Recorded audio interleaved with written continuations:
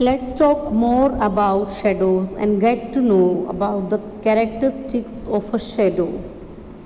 Dear students, as we know that shadows are formed when the path of light is obstructed by any opaque object which do not allow the light to pass through it, and it leads to formation of shadows. So let us have a discussion about the different characteristics of a shadow.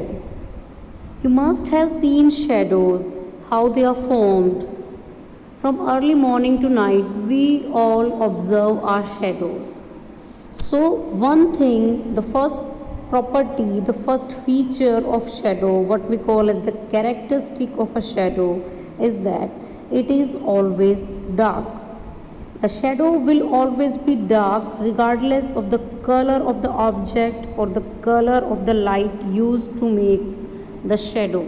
So whatever color of object is, whatever is the color of light which is being thrown on the object, the shadow will always be dark. The color of light or the color of the object, it will never have any impact on the formation of the shadow or the color of shadow. It will always be dark color. Next is that the shadow shows only dark outline of an object and do not tell the details of the object. It gives only an outline of the object. Outline means it gives only the outline of the shape of the object, what type of object it is, what is the shape of the object, but it will not give the exact details of any object, that what color is that object, what is actually that object is. So it will give a rough idea, it will give an outline of the object, that what is it. Next thing is the formation of direction. When the shadows are formed, they are formed in the direction opposite to the source of light.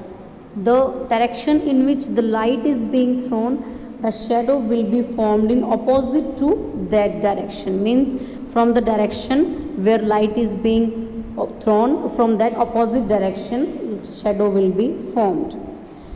Next thing, the size of a shadow varies depending on the distance between object and the screen and the distance between object and the source of light, and it also varies with position of the source of light. So the shadow size varies depending upon the size of the object or the distance between object and screen and distance between object and the source of light.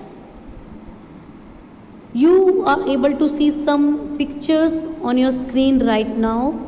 Some shadows are formed with the help of hand. You can see all the feature, all the characteristics of the shadows in it. That hands, they are cream colored, but the shadows formed, they are of dark color. So here what we want to say, that the shadow, they give only dark outline of the object and do not tell the details of the object. So what do we learn from this? What thing do we learn? We learn that we can identify an object by its shadow, as it gives us a outline of the shape of the object, what is the shape. So we can have a rough idea regarding what is that object, but we can never be 100% sure, because we can see these, they look like different animals, but actually these are the hands. So in each and every case we can't be 100% sure that what shape we are able to see is exactly that animal.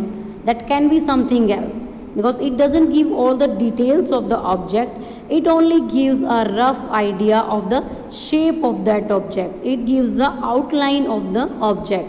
So we can't give exact result on the base of shadow. We can see shadow, but it may be something else. We can't get the exact thing, we can't depend